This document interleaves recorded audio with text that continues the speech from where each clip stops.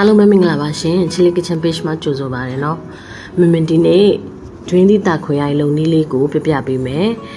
ကောင်းငင်းငချိတ်ဆန်သုံးပါမယ်ကောင်းငင်းငချိတ်ကိုပေါင်းစံချိန်ခွက်နဲ့တဝက်သုံးပါတယ်ကောင်းငင်းအဖြူကိုတော့ပေါင်းစံချိန်ခွက်ရဲ့တဝက်ကိုသုံးပါတယ်နှစ်ခုပေါင်းစံချိန်ခွက်တစ်ခွက်စာပါဒါလေးကို9နာရီကြာနှစ်ခုရောပြီးတော့ရေစိမ်ထားတယ်9နာရီပြည့်သွားရင်တော့ဒါလေးကိုရေဆေးတန်းစင်ပြီးတော့ချက်မဲ့အိုးတွေကိုမင်းတို့ထည့်ပေးတယ်အခုထည့်တာကတော့စွန်းမွေးရွက်ပါစွန်းမွေးရွက်ကမင်းတို့စီမှာရှာဝယ်ရတာရှားတာဖြစ်တဲ့အတွက်ကြောင့်မလို့မင်းကသူ့ကို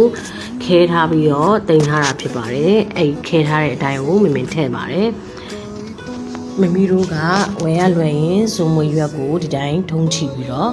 ထည့်ပေးနိုင်တယ်ဒီဟာလေးကတော့အုံလို့ဖြစ်ပါတယ်မမင်ကအုံသီးမှုန့်ကိုရေနွေးနဲ့ဖြော်ပြီးသုံးတာပါမမီတို့ကအုံလို့တန်ဘူးအသေးတဘူးစာသုံးပေးပါ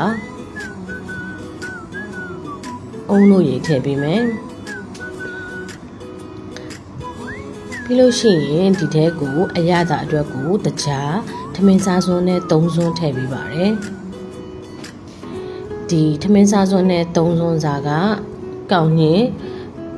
ပေါင်းစံချိန်ခွက်နဲ့တစ်ခွက်ရဲ့အရသာအတွက်ကိုအနေတော်ပါပဲရှင်စားနဲ့ငယ်ထည့်ပေးမယ်ပြီးသွားလို့ရှိရင်တော့ဒီထဲကိုရေကိုပေါင်းစံချိန်ခွက်နဲ့မင်းတို့3ခွက်ထည့်ပေးပါတယ်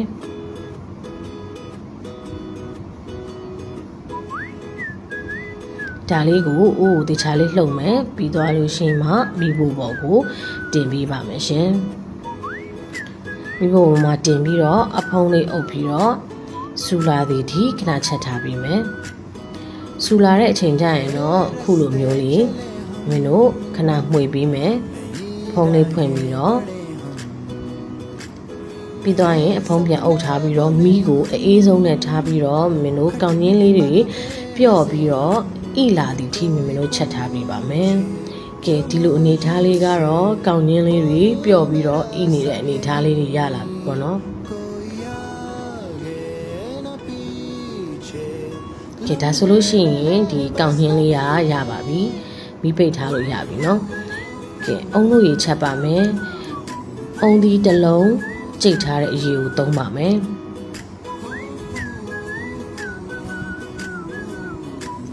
သူ့တဲကိုအရသာအတွက်ကို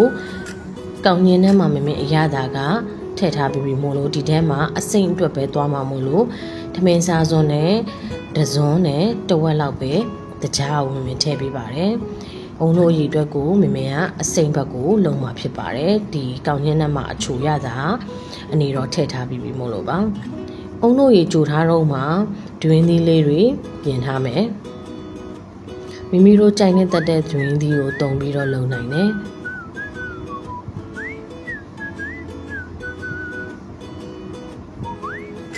မင်းတို့စီမာဒီမွန်ထောင်းသီးရှိတော့မင်တာနဲ့တုံးတယ်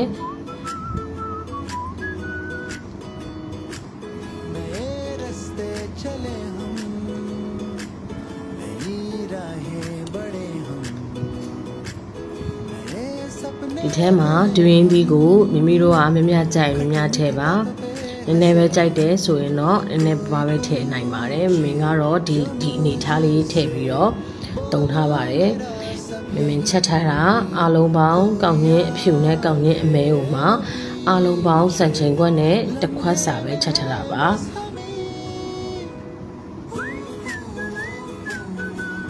တွင်းသည့်အသားလေးတွေကိုခုလိုမျိုးထုတ်ပြီးရင်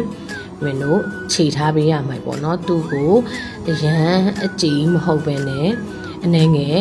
ခြေသွားသည်ထိမင်းတို့ခြေပေးလိုက်တယ်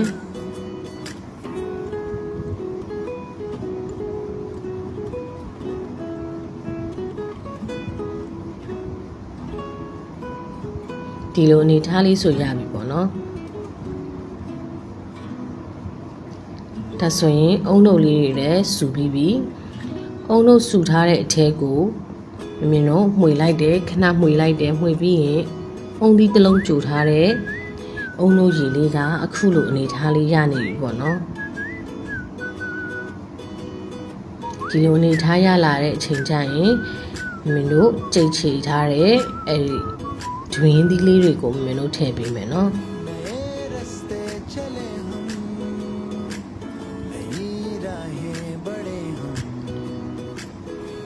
ဒီကောင်းငင်းဆန်ချိန်ခွက်တစ်ခွက်ကလေလှုပ်လိုက်လို့ရှိရင်အများကြီးရပါတယ်မင်းတို့အိမ်မှာစားသမားကတိတ်မရှိပါဘူးမိသားစုလေးက4ယောက်ပဲရှိတယ်ဆိုတော့လေဒီလောက်ကောင်းငင်းဆန်ချိန်ခွက်တစ်ခွက်စာဆိုလို့ရှိရင်မင်းတို့အိမ်အတွက်ကအတော်ပါပဲဒါကြောင့်မလို့မမေအနေငယ်သာလုပ်ပြထားခြင်းဖြစ်ပါတယ်ဒီနည်းလေးတွေထည့်ပြီးတော့ခဏပေးဆူလိုက်တယ်ဆူလာတဲ့ဒီလိုဆူလာတဲ့အနေထားလေးရပြီဆိုရင်တော့မင်းတို့မိပိတ်ထားလို့ရပြီเนาะဒါဆိုရင်တွင်းသီးအုံလို့လေးကလည်းအစင်နဲ့ဖြစ်ပါပြီ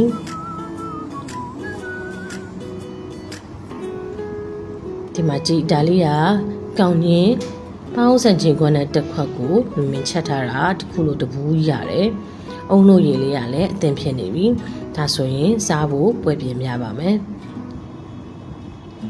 စားမဲ့ခွက်ထဲမှာကောင်းညင်းချက်ထားတဲ့ကောင်းညင်းကိုကောင်းညင်းငချိတ်ဆန်ကိုထည့်ပေးမယ်ဒီထဲမှာအရသာအချိုရသာအကုန်အနေတော့ပေါ့နော်ဒီထဲမှာထည့်ထားပြီးသားပါ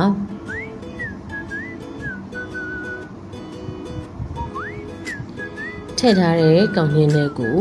မင်းတို့ချက်ထားတဲ့အုံလုံးနဲ့တွင်းသီးလေးကိုရေကိုမိမိတို့လိုသလောက်ထည့်ပေးပါမယ်ရှင်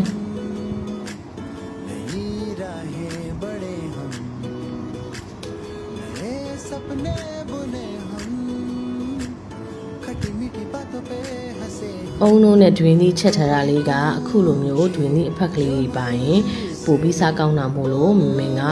တွင်းသီးကိုအများကြီးခြေထားတာမဟုတ်ဘူးပေါ့နော်ဒါကြောင့်မလို့အဖက်ကလေးတွေနဲ့ခုလိုမျိုး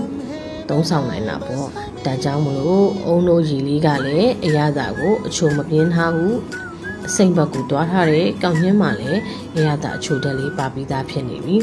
ဒါဆိုရင်တော့အရန်ကိုအရသာရှိတဲ့တွင်းသီးတာခွေရိုင်လေးကိုသုံးဆောင်လို့ရပါပြီရှင်အိမ်မှာအလွယ်တကူအရသာရှိရှိနဲ့လှူစားနိုင်ဖို့မမေရဲ့တွင်သီးတာခွေရိုင်လုံးလေးကိုဝေမျှပေးခြင်းဖြစ်ပါတယ်